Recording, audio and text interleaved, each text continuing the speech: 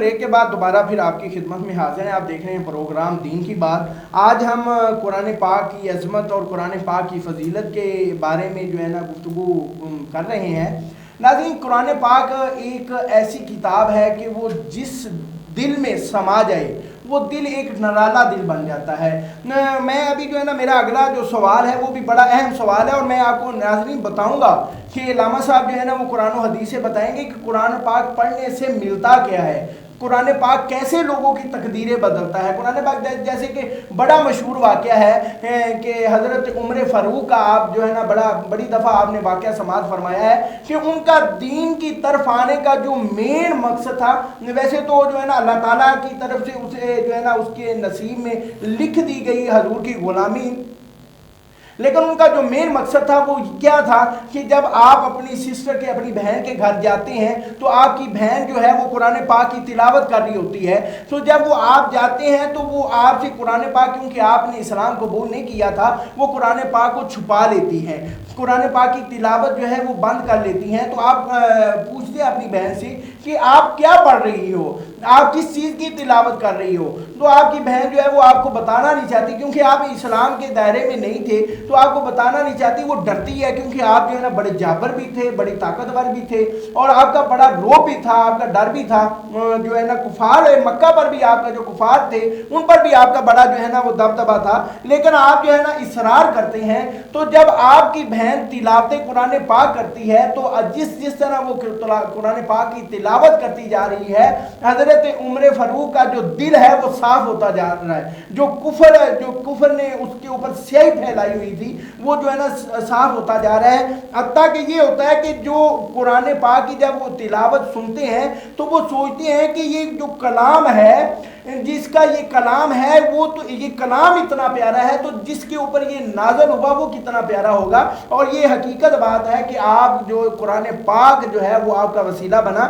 تو علامہ صاحب میرا آپ سے سوال بھی یہی ہے کہ قرآن پاک انقلابی تاثیر اس کی، یعنی کہ قرآن پاک پڑھ کے لوگوں کی تقدیریں کیسے بدلتی ہیں، لوگ جو ہے قرآن پاک سے جو ہے نا پڑھ کے اسلام میں کیسے داخل ہوتے ہیں. ابھی بھی آپ دیکھ لیں کہ اکثر باہر ملکوں میں جو انگلش لوگ ہیں، جو انگریز لوگ ہیں، وہ قرآن پاک جب ان کا ترجمہ جو ہے قرآن پاک کا انگلش میں ہوا ہے، وہ قرآن پاک کا ترجمہ پڑھ کے وہ مسلمان ہو رہے ہیں. تو اصل میں یہ چیز تاثیر بیان کریں کہ اس کی تاثیر کیا ہے. بالکل، جس طرح کہ آپ نے بھی فرمایا کہ حضرت عمر فاروق تعالیٰ عنہ کے ایمان لینا کا سبب قرآن پاک ہے. اسی طرح جو بڑے واقعات ہیں، یہ اصل میں واقعات میں آپ کے سامنے ایک دو رکھوں گا تو اس سے بات مثال کے ساتھ سمجھ آئے گی، انشاءاللہ سمجھ آئے گی. تو حرم کے اندر جو ہے نا کفار کے بڑے بڑے سردار موجود ہیں، اور وہ مشورہ کر رہے ہیں کہ حضور صلی اللہ علیہ وسلم کے جو ہے ہم نے دبانے کے لیے ظلم و ستم کیا، لالچ بھی دیا، سب کچھ کیا، لیکن جو ہے نا وہ بڑھتے ہی چلے جا رہے ہیں، وہ جو ہے نا اپنے کام کو نہیں چھوڑے. تو کیا کیا جائے؟ اس میں بڑے بڑے کفار کے سردار موجود ہیں، ابو جہل موجود ہے، عتبہ، شیبہ، ولید وغیرہ سارے موجود ہیں، اور وہ مشورہ کریں جی کیا کیا جائے. لہذا انہوں نے کہا جی ایک آخری جو ہے نا حربہ ہے، ایک آخری جو ہے نا ہمارا جو ایک یوں سمجھ لیں کہ ایک آخری جو ہے نا طریقہ یعنی کہ ہر آنے کا وہ ہے کہ حضور صلی اللہ علیہ وسلم کو پیشکش کی جائے. چنانچہ جو ہے نا پیشکش کی جائے کہ زیادہ طور جو ہے نا انسان جو ہے نا عورت، مال، جائیداد یا سرداری یا عہدہ، اس چیز کے لیے دنیا میں زیادہ وہ جو ہے نا ان چیزوں کو چاہتا ہے. اور اگر یہ چیزیں بیٹھے بیٹھے اس کو گھر مل جائیں تو پھر تو یہ ظاہر ہے کہ بالکل مفت میں مل جائیں تو بڑی کمال کی بات ہے. تو لہذا جو ہے نا انہوں نے کہا جی یہ بات کون حضور صلی اللہ علیہ وسلم کو جا کے کرے گا؟ عتبہ نے کہا جی میں جا کے کرتا ہوں. حالانکہ سب لوگ خوش ہو گئے کیونکہ عتبہ بڑا ذہین، زیرک، چلاک اور جو ہے نا بڑا جو ہے نا چرب لسان تھا، یعنی کہ بندے کو مائل کرنا، اگلے بندے کو قائل کر لینا، اور زبان کا دل مٹھا جو ہے گفتگو کا کاریگر تھا. سب نے کہا جی عتبہ یہ کام تم ہی کر سکتے ہو. اور لہذا انہوں نے کہا جی ہم شام تک آپ کے جو جادوئی جو گفتگو ہے ہم اس کے نتائج دیکھنا چاہتے ہیں. لہذا آپ اس نے کہا جی دیکھیں گا آپ، میں حضور صلی اللہ علیہ وسلم کو تھوڑی سی دیر میں جا کے قائل کر لوں گا. چنانچہ عتبہ جو ہے نا حضور کی خدمت میں پہنچا اور جا کے عرض کیا کہ اگر آپ یعنی کہ مال چاہتے ہیں تو ہم سارا مال اکٹھا کر کے آپ کو دے دیتے ہیں. اگر آپ چاہتے ہیں کہ جو ہے نا آپ سرداری چاہتے ہیں تو ہم آپ کو اپنا سردار بنا لیتے ہیں، آپ کو اپنا امیر بنا لیتے ہیں. اور اگر آپ کوئی عورت چاہتے ہیں، شادی کرنا چاہتے ہیں تو ہم ساری عورتیں آپ کی جو ہے نا جوان لڑکیاں آپ کی خدمت میں پیش کر دیتے ہیں، جس کو پر آپ ہاتھ رکھیں گے وہ آپ کی ہو جائے گی. تو حضور صلی اللہ علیہ وسلم فرمایا کہ مجھے نہ مال چاہیے، نہ مجھے سرداری چاہیے، نہ مجھے عورت چاہیے، میں تو صرف یہ چاہتا ہوں کہ تم سب جو ہے نا وہ مسلمان ہو جاؤ، کلمہ پڑھ کے اسلام کی زندگی گزارنا شروع شروع کر دو۔ تو عتبہ نے پھر جو ہے نا مزید حضور کو قائل کرنے کی کوشش کی کہ اگر آپ کو یہ نہیں چاہیے تو ظاہر ہے کہ پھر ہو سکتا ہے کہ آپ کو یعنی کہ کوئی جادو ہوا ہے یا آپ کے جو ہے نا دماغ پر کوئی اثر ہو گیا ہے، تو ہم علاج کرانے کو بھی تیار ہیں اور علاج بھی ہم اپنے پیسوں سے کریں گے۔ تو حضور صلی اللہ علیہ وسلم نے جب عتبہ کو کہا کہ آپ نے اپنی بات مکمل کر لی ہے، اس کے بعد حضور صلی اللہ علیہ وسلم نے جو ہے نا قرآن پاک کی تلاوت شروع کر دی۔ حامیم سجدہ، حامیم تنزیل من الرحمن الرحیم، کتاب فصلت آیاتہ قرآن عربی لقوم یعلمون بشیرا ونذیرا، اسی طرح آیت سجدہ تک حضور صلی اللہ علیہ وسلم نے تلاوت فرمائی۔ جب حضور صلی اللہ علیہ وسلم نے آیت سجدہ کی تلاوت فرمائی تو حضور صلی اللہ علیہ وسلم سجدے میں چلے گئے۔ عتبہ جو ہے نا حضور صلی اللہ علیہ وسلم کی جب زبان مبارک سے کلام پاک سن رہا تھا تو سٹا گیا، اور جو ہے اس طرح جو ہے نا کہ ایک تاثیر قرآن پاک کی۔ اس کے بعد جب وہ عتبہ گیا تو لوگوں نے دیکھا کہ عتبہ کا چہرہ وہ نہیں ہے پہلا والا، بدلا ہوا چہرہ ہے۔ تو جو ہے نا جس طرح کو کہتا ہے نا بھی ہم بازار میں گئے تھے سودا لینے کے لیے، بکے اس کے ہاتھ جس کے خود ہم خریدار تھے، یعنی کہ خریدنے گئے تو خود ہی بکا ہے اس کے ہاتھ ہے۔ تو عتبہ آگے کیا کہتا ہے، جی ان کو جو اس سے میں کلام سن کے آیا ہوں، نہ وہ کوئی جادو ہے، نہ وہ کوئی سحر ہے، نہ وہ کوئی بندوں کا کلام ہے، وہ حقیقت میں جو ہے نا کوئی اعلیٰ عظیم شخصیت کا کلام ہے، لہذا تم ان کو ان کا حال پہ چھوڑ دو۔ اگر یہ بندہ جو ہے نا ترقی پائے گا، بادشاہ اختیار کرے گا، تمہاری عزت ہے اس میں، اور اگر اس پر غیر عرب جو ہے نا قابض آ جاتے ہیں، قبضہ کر لیتے ہیں، تو پھر آپ کو جو ہے نا اپنے بھائی کے خلاف جو ہے نا ہاتھ اٹھانے کی ضرورت نہیں پڑے گی۔ اسی طرح جو ہے اور بھی بڑے واقعات ہیں۔ عمر طفیل بن عمر دوسی کا واقعہ ہے، وہ یعنی کہ کانوں کے اندر روئی جو ہے وہ لے کے آیا بھی حضور صلی اللہ علیہ وسلم کی آواز نہ سن سکیں، قرآن پاک پڑھا تو اللہ پاک نے اسلام کے دولت سے نواز دیا، پھر 80 لوگوں کی اسلام لانے کا ذریعہ بنا۔ اسی طرح جو ہے نا یہ تو بڑے صحابہ کرام کے واقعات ہیں۔ آپ ہی کہیں گے جی صحابہ کرام کے واقعات ہیں، اب کا ہمیں سنائیں۔ یہ جو ہے نا امریکہ کے اندر ایک فلم ساز کمپنی کا مالک تھا، جو فلم یعنی کہ بنایا کرتا تھا، اس کی کمپنی فلمیں بنایا کرتی تھی۔ اس کو جو ہے نا شوق ہوا کہ جو ہے نا میں جو ہے نا نماز کی فلم بناؤں۔ چنانچہ اس نے امریکہ کے اندر چند عربیوں سے رابطہ کیا اور اس سے کہا جی مجھے شوق ہے کہ میں نماز پر یعنی کہ فلم بناؤں۔ تو ان کا جی ٹھیک ہے، وہ رضامند ہو گئے۔ اب لہٰذا وہ پہلے اذان شروع ہوئی، اذان دی ایک بندے نے، اذان دی، وہ فلم ساز کمپنی کا جو مالک اس کو دیکھ رہا تھا، اذان نے اس کے دل پر اثر کیا۔ اس کے بعد نماز شروع ہوئی، قاری نے جو ہے نماز پڑھانی شروع کی، قرآن پاک پڑھنا شروع کیا، تو اس قدر اثر ہوا کہ وہ نماز جو ہے وہ نماز پڑھے مسلمان، اور وہ اس کی آنکھوں سے آنسو جاری ہیں۔ جو ہی انہوں نے سلام پھیرا، نماز سے فری ہو، اس سے کہا جی آپ مجھے بھی کلمہ پڑھائیں جی، میں بھی مسلمان ہونا چاہتا ہوں، میں بھی اس قرآن سے محبت کرنا چاہتا ہوں۔ اس کے بعد جو ہے نا اس کمپنی کو خیر بات کیا، مسلمان ہو گئے۔ تو بعد میں کسی نے ان سے پوچھا کہ آپ کو اتنا بڑا نقصان ہو، اتنی آپ کی کمپنی مشہور تھی، آپ اس میں لاکھوں کروڑ روپے کما رہے تھے، آپ کو مسلمان ہو کر کیا ملا، کلمہ پڑھ کر قرآن پڑھ کر کیا ملا؟ تو اس نے بڑی پیاری بات کی، اس نے کہا جی مجھے جو قرآن پاک پڑھنے سے دلی سکون ملا ہے وہ آج تک کی ہزاروں لاکھوں کروڑوں روپے سے مجھے نہیں ملا۔ میں ایک مثال کے ساتھ اس کے بعد دل کا سکون، اللہ پاک نے فرمایا الا بذکر اللہ تطمئن القلوب، کہ جو دلوں کا اطمینان ہے وہ اللہ کے ذکر میں ہے، قرآن پاک کی تلاوت اللہ کا ذکر ہے۔ اس نے ایک مثال کے طور پہ میں آپ کو ایک مثال کے ساتھ سمجھاتا ہوں کہ سکون کیا ہے۔ ایک جو ہے نا ٹرین کے اندر دو بندے سوار ہیں، ایک نے جانا ہے لاہور، ایک نے جانا ہے ملتان۔ اب لہذا ایک ٹرین کے اندر دونوں سوار ہو گئے، غلطی سے ایسا ہوا کہ جس بندے نے جانا تھا لاہور وہ ملتان والی ٹرین کے اندر بیٹھ گیا، اب وہ ٹرین چل پڑی ہے۔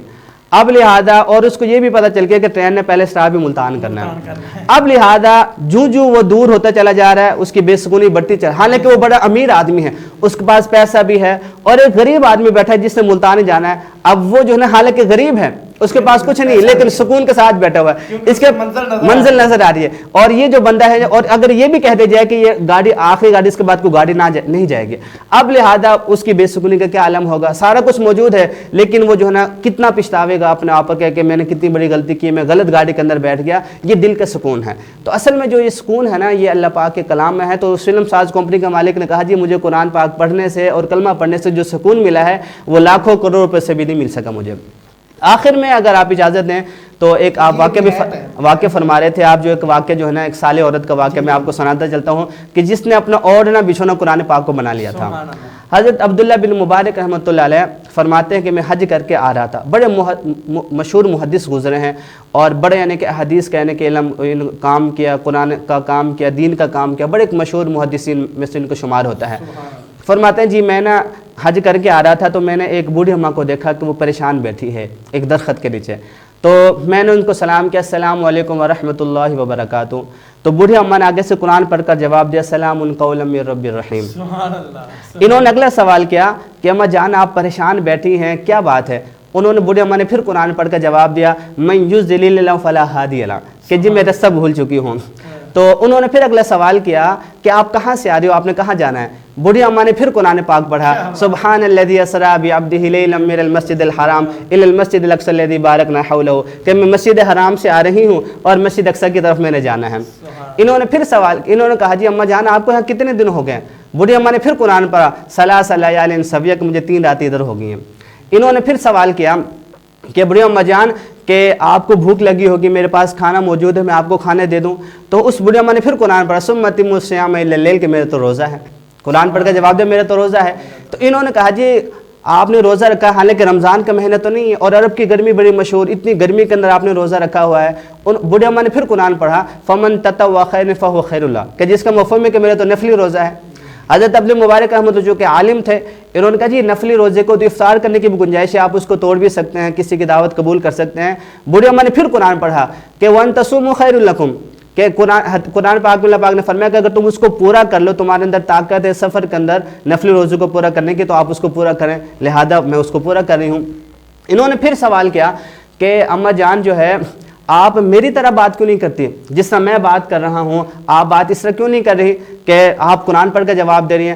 بوڑھی اماں نے پھر قرآن پڑھا, ما یلفظ من قول الا لدیہ رقیب عتید, کہ انسان جو بھی بات زبان سے نکالتا ہے اس کو فرشتے محفوظ کر لیتے ہیں, لہذا میں چاہتی ہوں جب بھی میری زبان سے کوئی بات نکلے تو قرآن پاک ہی نکلے, فرشتے قرآن نہیں لکھیں. انہوں نے سوال کیا کہ اماں جان آپ کس قبیلے سے تعلق رکھتی ہیں؟ بوڑھی اماں نے پھر قرآن پڑھا, وَلَا تَقْفُ مَا لَيْسَ لَكَ بِهِ عِلْمٌ إِنَّ السَّمْعَ وَالْبَصَرَ وَالْفُؤَادَ كُلُّ أُولَٰئِكَ كَانَ مَسْئُولًا. مطلب اس کے ہے کہ فضول سوال لا یعنی سوال نہیں کرتے. انہوں نے کہا جی بوڑھی اماں جی مجھے معاف کر دو, مجھ سے غلطی ہوگی. انہوں نے پھر قرآن پڑھا کر جواب دیا, لا تثریب علیکم اليوم, کہ تمہارے اوپر کوئی وہ نہیں ہے لہذا میں نے تجھے معاف کیا. جس یوسف علیہ السلام نے کہا تھا نا لا تثریب علیکم اليوم, حضور صلی اللہ علیہ وسلم نے فرمایا تھا فتح مکہ کے موقع پر لا تثریب علیکم اليوم, کہا تمہارے اوپر کوئی وہ جو ہے نا سزا نہیں لی جائے گی تم سے. پھر جو ہے فرماتے ہیں کہ میں نے ان سے کہا جی میرے پاس سواری موجود ہے, اونٹ ان کے قریب کیا کہ آپ اس کے اوپر سوار ہو جائیں اور تاکہ میں آپ کو جو ہے نا وہاں لے کے جاؤں. اب جب سواری کو ان کے قریب لائے, بوڑھے اماں نے پھر قرآن پڑھا, قل للمؤمنین یغضوا من ابصارہم, کہ آپ جو ہے میں چونکہ غیر محرم عورت ہوں آپ اپنی نظروں کی حفاظت کے, آپ اپنی نظروں کو جھکا لیں. چنانچہ جو انہوں نے پھر اپنی نظر جھکا لے. جب وہ سوار ہونے لگی اونٹنی پر تو وہ جو ہے نا ان کے جو ہے نا دوپٹہ اونٹ کے کجاوے میں آ کر پھٹ گیا.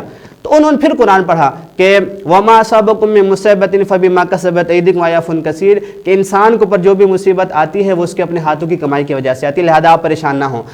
اور پھر وہ بوڑھی اماں جو ہے نا وہ کپڑا پھٹ گیا تھا, تو جو ہے نا اس زکی برادرز کی فخریہ پیشکش, بزنس کلاس ڈائیوو ایکسپریس, پرسکون